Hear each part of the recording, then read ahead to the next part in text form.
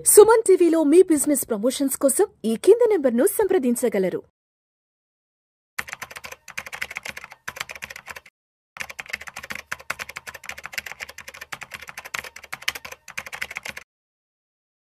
నమస్తే, welcome to Vishnu talks. నేను మీ Vishnu.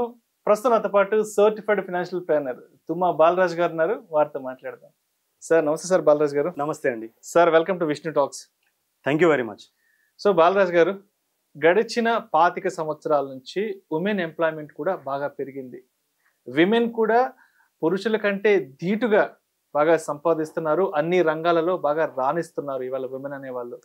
So కాబట్టి ఫైనాన్స్ విషయంలో ఉమెన్ ఎటువంటి జాగ్రత్తలు తీసుకోవాలి, ఆ ఫైనాన్స్ ని మేనేజ్మెంట్ చేయడంలో వాళ్ళు ఎటువంటి అవగాహన కలిగి ఉండాలి అంటారు, ఆ ఫ్యామిలీ స్మూత్ గా ఫైనాన్షియల్ గా ముందుకు వెళ్ళాలి అంటే?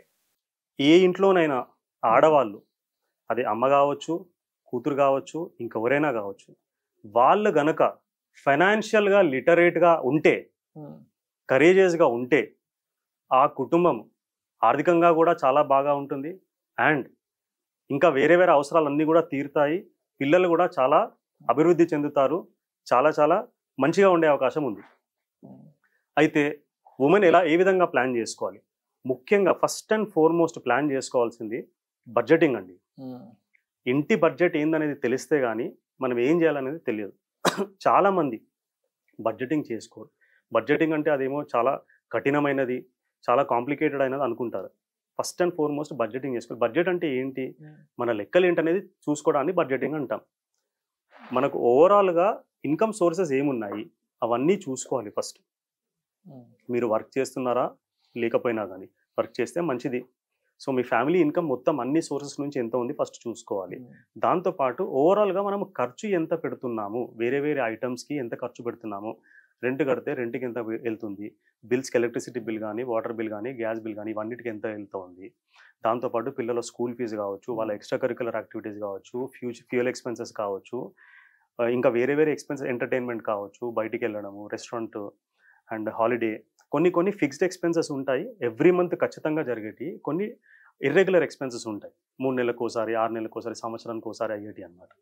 సో ఫిక్స్డ్ ఎక్స్పెన్సెస్ ఎంత ఉన్నాయో చూసుకోవాలి మనము. ఇర్రెగ్యులర్ ఎక్స్పెన్సెస్ ఏమైతే ఉంటాయో అవన్నీ కూడా క్యాలిక్యులేట్ చేసి దాన్ని డివైడెడ్ బై 12 చేయాలి. ఉదాహరణకి ఒక 60,000 వస్తుంది అనుకోండి, ఇర్రెగ్యులర్ ఎక్స్పెన్సెస్ అన్నీ కలిపి, అంటే నెలకి యావరేజ్గా 5,000 రూపాయలు ఖర్చు అవుతుందని. ఫిక్స్డ్ ఎక్స్పెన్సెస్ ఎంత వస్తున్నాయో చూసుకోవాలి. ఫస్ట్ ఇన్కమ్ ఎంత, ఓవరాల్ ఎక్స్పెండిచర్ ఎంత అనేది చూసుకోవాలి. అప్పుడు మనది సర్ప్లస్ ఎంత ఉంది అనేది, సర్ప్లస్ ఆర్ డెఫిసిట్ అనేది తెలుస్తుంది. ఇది basic thing, first and foremost చేయాల్సింది అది. బడ్జెటింగ్ చేసుకున్న తర్వాత అండ్ ఫ్యామిలీకి ఎమర్జెన్సీ ఫండ్ ఏమైతే కావాలో అది సిద్ధం చేసుకోవాలి. ఓవరాల్గా ఖర్చులు ఏమైతే ఉంటాయో నెలకి మినిమం ఒక 3 months, మ్యాక్సిమం ఒక 6 months ఎమర్జెన్సీ ఫండ్ రూపంలో పెట్టుకోవాలి. ఎమర్జెన్సీ ఫండ్ రూపంలో పెట్టుకుంటే ఏంటంటే ఎవరిపైన ఆధారపడాల్సిన అవసరం ఉండదు. మీరు డబ్బులు సంపాదిస్తారు. ఉమెన్ డబ్బు సంపాదించేసేసి వాళ్ళ డబ్బు వాళ్ళ కంట్రోల్లో లేకుండా హస్బెండ్కి మొత్తం ఇచ్చేసేసి ఉద్యోగం పోయింది అనుకోండి, ఉద్యోగం పోయినప్పుడు మరి హస్బెండ్ని డబ్బులు అడగాలి అని అంటే అంత ఈజీ అయిన విషయమా? మనసు ఒప్పుకుంటుందా? సో అందుగురించే ఓవరాల్గా ఎమర్జెన్సీ ఫండ్ ఏమైతే ఉంటుందో it is very important. Even they have some part of the fund in emergency fund where they have the control on with them. వాళ్ళ కంట్రోల్లో ఉండాలి. జాబ్ చేతిలో జాబ్ లేనప్పుడు మీరు చెప్పినట్టు చేతిలో జాబ్ అత్త మామల్ని ఫేస్ చేయడం ఇబ్బంది, భర్త దగ్గర డబ్బులు అడిగి తీసుకోవడం చాలా ఇబ్బంది. డబ్బు ఉంటేనే విలువ ఉంటదండి. విలువ ఉంటుంది. డబ్బు లేకపోతే విలువ ఉండదు. అది తల్లిదండ్రుల దగ్గరైనా కానివ్వండి, లేదంటే అత్తమామ దగ్గరైనా కానివ్వండి, పిల్లల దగ్గర డబ్బులు ఉంటేనే, ఖచ్చితంగా డబ్బు ఉంటేనే. ఈరోజు సమాజం యొక్క ధోరణి అలా ఉంది. డబ్బు ఉంటేనే మనకు విలువ ఉంటుంది. అందు గురించే ఎప్పుడు కానీ ఇంకా ఇంట్లో ఎవరిని అడగకుండా మీ సొంతంగా మీరు ఏదైనా ఖర్చు పెట్టాలనుకుంటే పెట్టే పరిస్థితిలో ఉండాలి. ఎమర్జెన్సీ ఫండ్ ఖచ్చితంగా ముఖ్యంగా పక్కన వేసుకోవాలి. సో చేతిలో డబ్బు ఉంటేనే అవతల వాళ్ళ ట్రీట్మెంట్ కూడా మన పట్ల మారిపోతుంది. అంతే కదా. సో కానీ చాలా మంది వర్కింగ్ ఉమెన్ కూడా ఏం చేస్తారంటే సంపాదిస్తారు, బాగానే సంపాదిస్తారు. 25,000 కావచ్చు, 50,000 కావచ్చు, 1,00,000, 2, 5 లక్షలు కూడా కావచ్చు. సంపాదించిన డబ్బుని ఇది నా వల్ల కాదు, ఇది నేను హ్యాండిల్ చేయలేను, నా హస్బెండ్ చూసుకుంటాడు అని చెప్పేసేసి హస్బెండ్ చేతిలో ఇచ్చేస్తారు. సో అది అలా కనుక చేస్తే ఫ్యామిలీ ట్రబుల్లో ఉంటుందండి.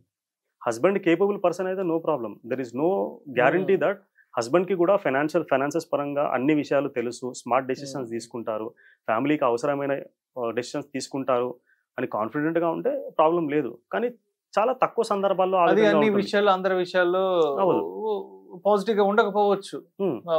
సో అప్పుడు ఏం జరుగుతుందంటే ఒకవేళ హస్బెండ్ మిస్టేక్స్ చేశారనుకోండి, మీరు కష్టపడి సంపాదించిన డబ్బు ఏమైతే ఉంటుందో అది పోగొట్టుకున్న వాళ్ళు అవుతారు.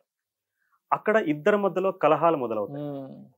సో ఎప్పుడు కానీ బడ్జెటింగ్ విషయంలో కానీ ఇద్దరు కూర్చొని మాట్లాడుకోవాలి. ఖచ్చితంగా హస్బెండ్ అండ్ వైఫ్ ఇద్దరు కూడా కూర్చొని మాట్లాడుకొని ఫైనాన్సెస్ విషయంలో ముందుకెళ్ళాలి. సో ఏం ఖర్చులు అవుతున్నాయి, మనకు ఎంత ఇన్కమ్ ఉంది, ఎంత సర్ప్లస్ ఉంది, ఎంత డెఫిసిట్ ఉందని ఫస్ట్ మనం అది మొదటిది. దాంతోపాటు ఎమర్జెన్సీ ఫండ్ సిద్ధం చేసుకోవాలి. దాని తర్వాత చేయాల్సింది తగిన ఇన్సూరెన్స్ కవర్స్ ఉన్నాయా లేదా అనేది చూసుకోవాలి. సో ఇన్సూరెన్స్ కవర్స్ తనకు ఒక్కరికే కాదు, ఫ్యామిలీ మొత్తానికి ఇన్సూరెన్స్ ఉందా లేదా. సో తగినంత life insurance cover term insurance ద్వారా తీసుకోవాలి. దాంతోపాటు హస్బెండ్కి కూడా ఇన్సూరెన్స్ ఉందా లేదా చూసుకొని తగినంత టర్మ్ ఇన్సూరెన్స్ ద్వారా ఇన్సూరెన్స్ తీసుకోవాలి. దాంతోపాటు ఫ్యామిలీకి కావాల్సిన హెల్త్ ఇన్సూరెన్స్ ఏమైతే ఉందో అది కూడా కావాలి. ఈ రోజు మెడికల్ ఇన్ఫ్లేషన్ ఇండియాలో దాదాపు 12 నుంచి 15% ఉందండి. సో 15% తీసుకుంటే ఒక 5 సంవత్సరాల క్రితం 5 లక్షలు ఖర్చు అయ్యేది, ఈ రోజు దాదాపు 10 లక్షలు ఖర్చు అవుతుంది.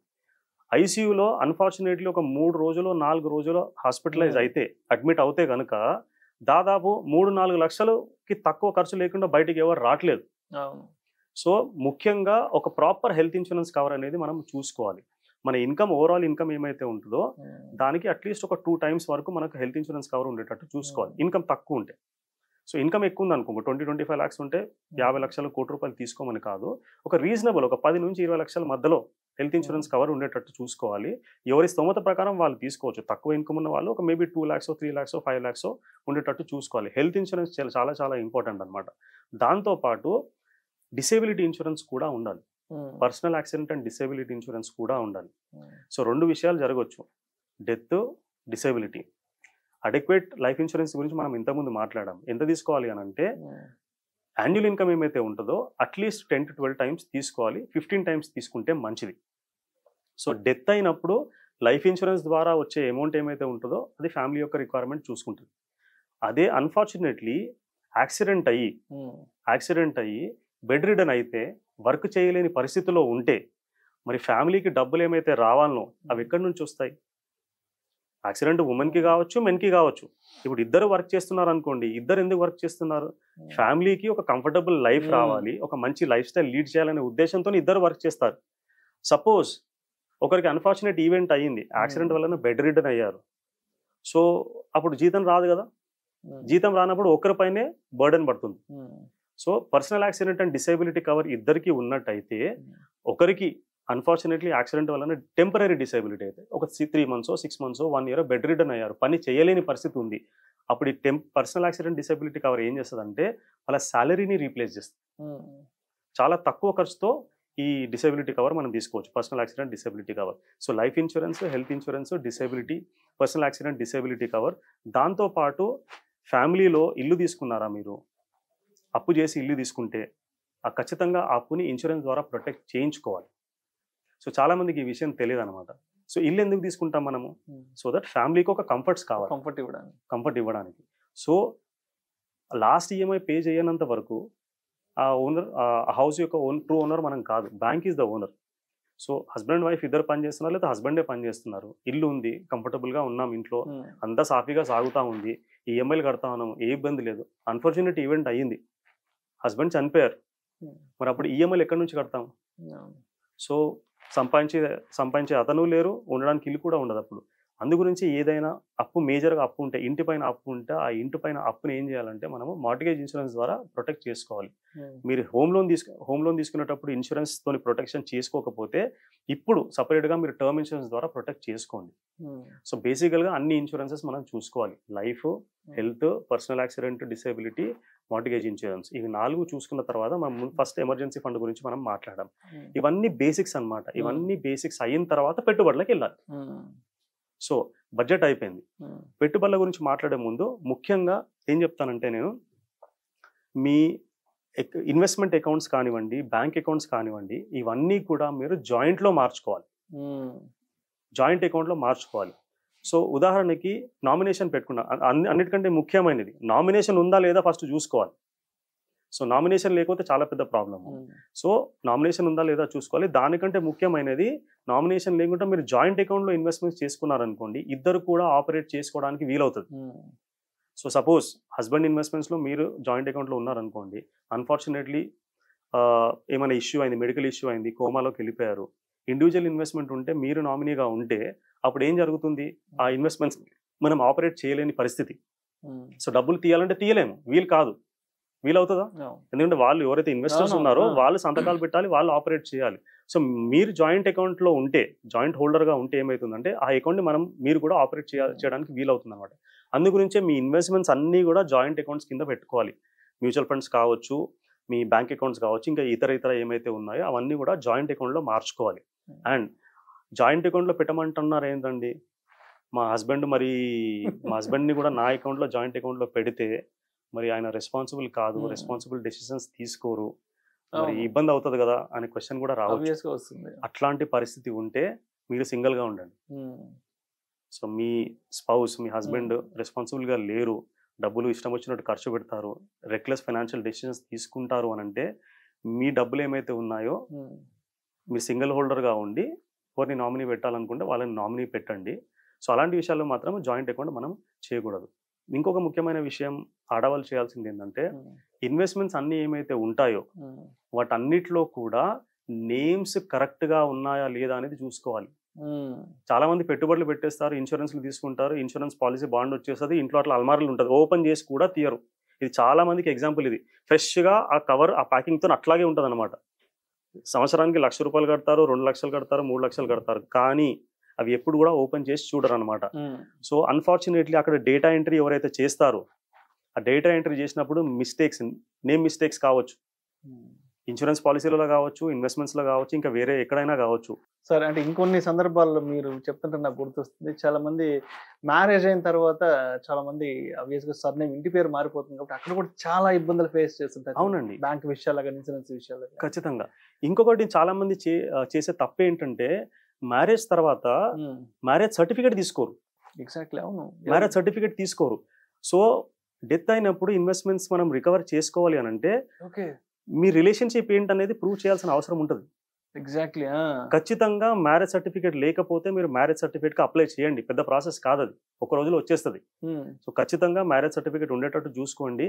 మీరు before marriage, after marriage name వేరేగా ఉంటే ఆ మ్యారేజ్ సర్టిఫికేట్లో ఉండిపోతుంది, అప్పుడు ఇష్యూ కాదు ప్రూవ్ చేయడానికి. సో ప్రూవ్ చేయొచ్చు, అల్టిమేట్గా మ్యారేజ్ సర్టిఫికేట్ లేకున్నా ప్రూవ్ చేయొచ్చు, కానీ చాలా కష్టమైన విషయం అది, చాలా టైం పడుతుంది. చాలా చిన్న విషయం, బట్ మర్చిపోతే దానికోసం చాలా కష్టపడాల్సి వస్తుంది. ఎగ్జాక్ట్లీ, మ్యారేజ్ సర్టిఫికేట్ ఖచ్చితంగా ఉండేటట్టు చూసుకోవాలి, రైట్? సో స్పెల్లింగ్ మిస్టేక్స్ ఏమైతే మీ డాక్యుమెంట్స్లో ఉంటాయో అవన్నీ కూడా కరెక్ట్ చేసుకోవాలి. మీ ప్యాన్లో కావచ్చు, ఆధార్లో కావచ్చు, మీ ఇన్సూరెన్స్ పాలసీస్లో కావచ్చు, మీ మ్యూచువల్ ఫండ్స్ కావచ్చు, ఇంకేదైనా కావచ్చు, అవన్నిట్లో కూడా ఎటువంటి మిస్టేక్ లేకుండా చూసుకోవాలి. ఇవన్నీ కూడా జాగ్రత్తగా చూసుకోవాలి. నామినేషన్ ఉందా లేదా కూడా, నామినేషన్ లేకపోతే నామినేషన్ మనం చూసుకోవాల్సిన అవసరం ఉంటుంది అనమాట. అయితే ఇంకొక కొన్ని సందర్భాల్లో ఏమవుతుందంటే, హస్బెండ్ అండ్ వైఫ్ ఇద్దరు కూడా తరచు గొడవపడుతూ ఉంటారు. ఏ విషయాల్లో గొడవపడుతూ ఉంటారంటే, నువ్వు అనవసరమైన ఖర్చు పెడుతున్నావు, నీకు ఇది అవసరమా? మగవాళ్ళ విషయంలో వస్తే, మగవాళ్ళు ఖర్చు పెడుతున్నారు అనుకోండి, వాళ్ళని ఆడవాళ్ళు మగవాళ్ళని అంటారు అనమాట. నువ్వు ఈ మొబైల్ ఎందుకు తీసుకుంటున్నావు, నువ్వు ఎలక్ట్రానిక్ గ్యాజెట్స్ ఎందుకు తీసుకుంటున్నావు, ఈ అనవసరమైన ఖర్చు ఎందుకు, లేదంటే మీ ఇంట్లో వాళ్ళకి ఎందుకు అనవసరంగా ఇన్ని ఖర్చు పెట్టి కొనిచ్చావు, ఇవన్నీ కూడా జనరల్ గా టాపిక్స్ వస్తూ ఉంటాయి. అదే మగవాళ్ళు కంప్లైంట్ చేసేది ఏంటంటే, నువ్వు ఈ బట్టలు ఎందుకు కొంటున్నావు, నువ్వు ఎక్కువ షాపింగ్ చేస్తున్నావు, ఇంకా వేరే ఐటమ్స్ కొంటున్నావు అని చెప్పేసి కంప్లైంట్ వస్తూ ఉంటుంది. ఇలా తరచూ హస్బెండ్ వైఫ్ కొట్లాడుతున్నారు అనుకోండి, ఆర్గ్యుమెంట్స్ వస్తున్నాయి అనుకోండి, ఇద్దరి మధ్యలో ట్రస్ట్ సన్నగిలుతుంది, ఒకరి పైన ఒకరికి కాన్ఫిడెన్స్ సన్నగిలుతుంది. సో మరి ఇలాంటి పరిస్థితిని మనం ఎలా ఎదుర్కోవాలి? అంతే కదా, తరచూ కొట్లాడుతూ ఉంటే మనకు కాన్ఫిడెన్స్ ఉంటుందా? ఉండదు. అప్పుడు ఏం చేయాలనంటే, ఓవరాల్గా అర్నింగ్స్ ఏమైతే ఉంటాయో, ఫ్యామిలీ అర్నింగ్స్ ఏమైతే ఉంటాయో, హస్బెండ్ వైఫ్ ఇద్దరు అర్నింగ్స్ క్లబ్ చేసుకొని చూసుకొని అందులోంచి ఇద్దరు కలిపి ఒక 1,00,000 రూపాయలు సంపాదిస్తున్నారో, 50,000 సంపాదిస్తున్నారో, 2 లక్షలు సంపాదిస్తున్నారో, వాట్ ఎవర్ ఇట్ ఈస్, అందులోంచి ఒక 5,000 వైఫ్ తీసుకుంటుంది, 5,000 హస్బెండ్ తీసుకుంటారు. ఎగ్జాంపుల్ చెప్తున్నాను, అది 5 కావచ్చు, 2 కావచ్చు, 10 కావచ్చు, మీ అర్నింగ్ కెపాసిటీ బట్టి తీసుకొని ఆ అమౌంట్ ఏమైతే ఉందో మీకు ఏది కావాలంటే అది ఖర్చు పెట్టండి. No questions asked. హస్బెండ్ ఖర్చు పెడితే వైఫ్ అడగకూడదు, వైఫ్ ఖర్చు పెడితే హస్బెండ్ అడగకూడదు. ఇది ఇద్దరి మధ్యలో అండర్స్టాండింగ్ ఉండాలి. ఈ చిన్న చిన్న గొడవలతోని పెద్ద పెద్ద మిస్అండర్స్టాండింగ్స్ వస్తాయి. ఏదైనా పెద్ద ఫైనాన్షియల్ డెసిషన్ తీసుకోవాలనుకున్నప్పుడు హస్బెండ్ వైఫ్ని సపోర్ట్ చేయరు, వైఫ్ హస్బెండ్ని సపోర్ట్ చేయరు. సో చిన్న చిన్న గొడవలు రాకుండా మనము చూసుకోవాలన్నమాట. అండ్ ఇంకోటి ఏంటంటే కొన్ని అపోహలు ఉంటాయి ఉమెన్ వరకు చూస్తే. సో మగవాళ్ళు ఆడవాళ్ళ కంటే చాలా బెటర్ అని చెప్పేసి ఒక అపోహ ఉంటుంది. కానీ actually women are better at handling finances. They are multi taskers. వాళ్ళ బ్రెయిన్ ఆ విధంగా వర్క్ చేస్తుంది, మగవాళ్ళకి అలా కాదు. సో జనరలీ అది నాకు కూడా వర్తిస్తుందేమో, మేల్ హ్యావ్ ఈగో. మేల్స్కి ఈగో ఉంటుంది ఎక్కువ. సో జనరల్గా ఆడవాళ్ళు ఇంట్లో ఏదైనా విషయం చెప్పారనుకోండి, నీకేం తెలియదులే అని కొట్టి పారేస్తారు. నువ్వు బయటకు వెళ్ళి చూస్తున్నా సర్వసాధారణంగా జరిగే విషయం ఇది, నీకేం తెలియదులే అని కొట్టి పారేస్తారు అనమాట. సో అలా కొట్టి పారేయకూడదు. So 2 minds are better than 1. So ఖచ్చితంగా మీరు వినాలి. విని అందులోంచి మీకు పాయింట్స్, మగవాళ్ళ గురించి చెప్తున్నాను, మీకు నచ్చిన పాయింట్స్ ఏమైతే నచ్చుతాయో అది తీసుకొని ఆచరించండి. కాకపోతే ఇక్కడ జనరల్గా మగవాళ్ళు కొట్టి పారేయడానికి కారణం ఏంటంటే the way you communicate. Communication ఎలా ఉంటుంది? కంప్లైనింగ్ మోడ్లో కమ్యూనికేషన్ ఉంటుంది. కంప్లైనింగ్ మోడ్లో కమ్యూనికేషన్ ఉంటే మగవాళ్ళు మైండ్ షట్ చేస్తారు. They are not willing to listen. వింటారేమో, ఇయర్స్తోనే వింటారు, కానీ బుర్రకు ఎక్కదు. ఎప్పుడు కానీ ఇది నీ డబ్బు, ఇది నా డబ్బు, ఇది నీ గోల్స్, ఇది నా గోల్స్, ఇది నువ్వు చేయాలి, ఇది నేను చేయాలి అని నీనా అనే కమ్యూనికేషన్లో వస్తే అది ప్రాబ్లమేటిక్గా ఉంటుంది. ఎప్పుడైతే మన కమ్యూనికేషన్ మారుతుందో, ఇది మన గోల్స్, మన ఫ్యామిలీ రిక్వైర్మెంట్స్, మన పిల్లల రిక్వైర్మెంట్స్, ఇది మన సంపాదన, ఇది మన ఖర్చులు, మన భవిష్యత్తు అనే ధోరణిలో మన కమ్యూనికేషన్ మారితే the other person will be receptive. So ఇది మగవాళ్ళకి ఆడవాళ్ళకి ఇద్దరికి కూడా వర్తిస్తుంది అనమాట.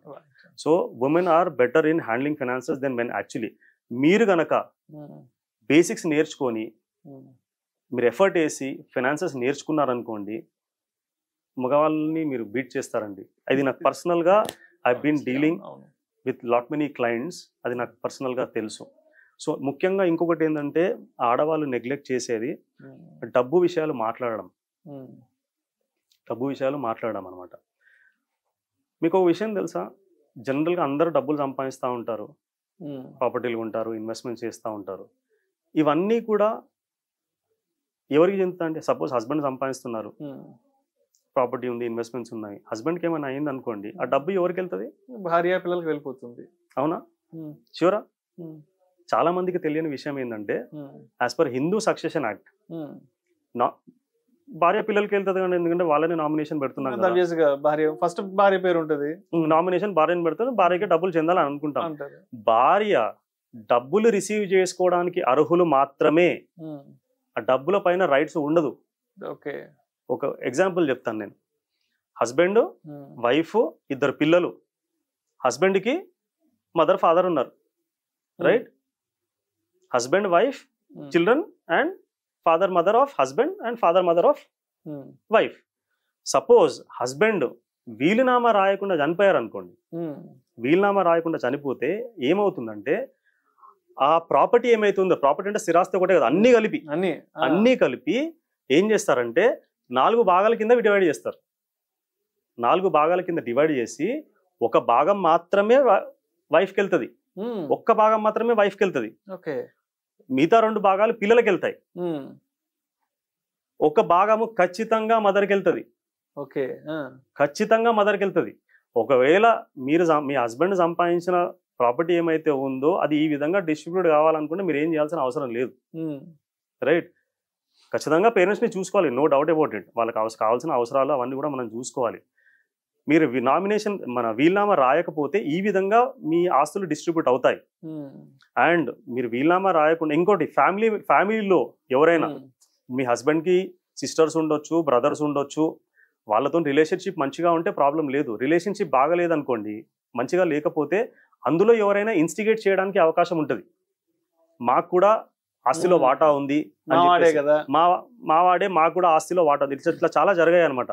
ఇలాంటి సిచ్యువేషన్స్ అవాయిడ్ చేయాలి అని అంటే మీ హస్బెండ్ తోని ఖచ్చితంగా మీరు వీలునామా రాయించాలి.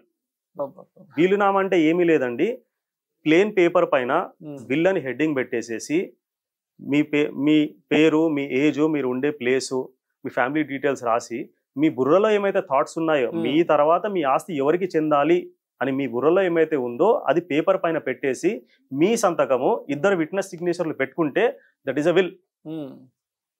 అది మీరు బాండ్ పేపర్ మీద రాయొచ్చు, ప్లేన్ పేపర్ మీద రాయొచ్చు, రిజిస్టర్డ్ కూడా చేసుకోవచ్చు. ఈ మూడిటికి కూడా సేమ్ వ్యాలిడిటీ.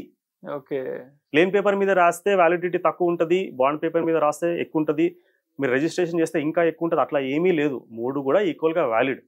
బట్ మొత్తానికి మన మైండ్ లో ఉన్న విల్లింగ్ ఏంటో పేపర్ పైన పెట్టాలి, పేపర్ మీద పెట్టాలి, పేపర్ పైన పెట్టాలి. పేపర్ పైన పెట్టకపోతే the court will decide who will get what. Do we want the family to go through all this suffering? Will లేకపోతే ఇన్హెరిటెన్స్ సర్టిఫికేట్ తెచ్చుకోవాలి, అదొక పెద్ద ప్రాసెస్. మీరు ఇంత కాంప్లికేషన్ చేసుకోకుండా ఉండాలి అంటే వీల్నామా ఖచ్చితంగా రాసుకోవాలి. ఏమి లేని చోట అట్లీస్ట్ ఒక వీల్నామా ఉండాలి మనకు. సో ఆ వీల్నామాలో జనరల్గా ఎట్లా రాసుకోవాలంటే హస్బెండ్ ప్రాపర్టీస్ ఏమైతే ఉంటాయో తన తర్వాత వైఫ్కి చెందుతాయి, హస్బెండ్ అండ్ వైఫ్ ఇద్దరు లేకపోతే దెన్ ఓన్లీ ఆఫ్టర్ దెమ్ చిల్డ్రన్కి చెందుతాయని రాసుకోవాలి. ఇది యంగ్గా ఉన్న ఆడవాళ్ళకే కాదండి, పెద్దవాళ్ళకి కూడా వర్తిస్తుంది. ఖచ్చితంగా వీల్నామా అనేది రాసుకోవాలి.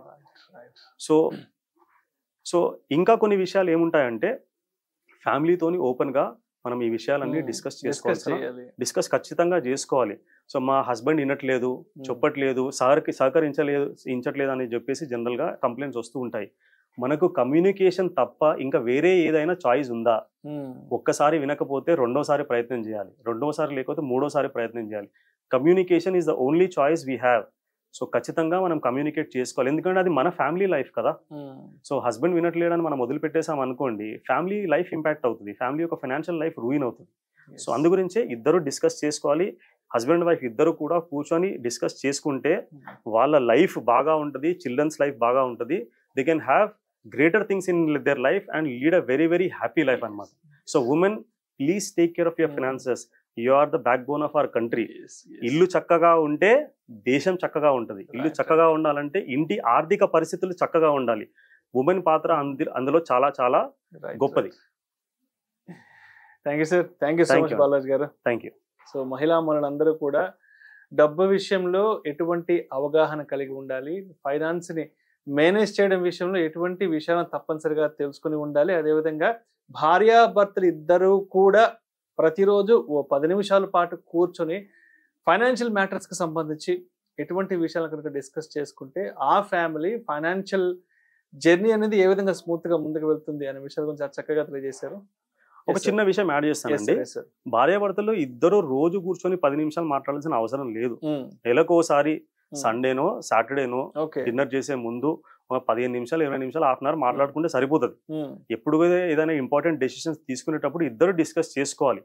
సో నేను ఇప్పుడు హస్బెండ్ ఒక డెసిషన్ తీసుకోవాలనుకోండి, వైఫ్ అపోజ్ చేస్తే అది మీ పర్సనల్ డిఫీట్ గా భావించకండి. ఎందుకంటే జనరల్ గా వద్దని చెప్తే అఫెండ్ అవుతాం, కానీ మనము ఆలోచించింది అవతల వాళ్ళు ఆలోచించడానికి అవకాశం ఉంటుంది అనమాట. ఆల్వేస్ మనం అనుకునే దానికి కాంట్రాస్ట్ గా ఎవరైనా ఆలోచిస్తే దట్ ఈస్ యాక్చువల్లీ బెటర్.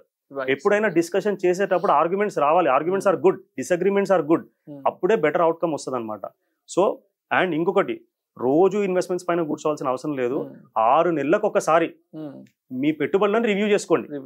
6 నెలలకు ఒకసారి, సంవత్సరానికి ఒకసారి ఇది చేసుకుంటే లైఫ్ చాలా బాగుంటుంది. Thank you sir, thank you so much Balaji. Thank you.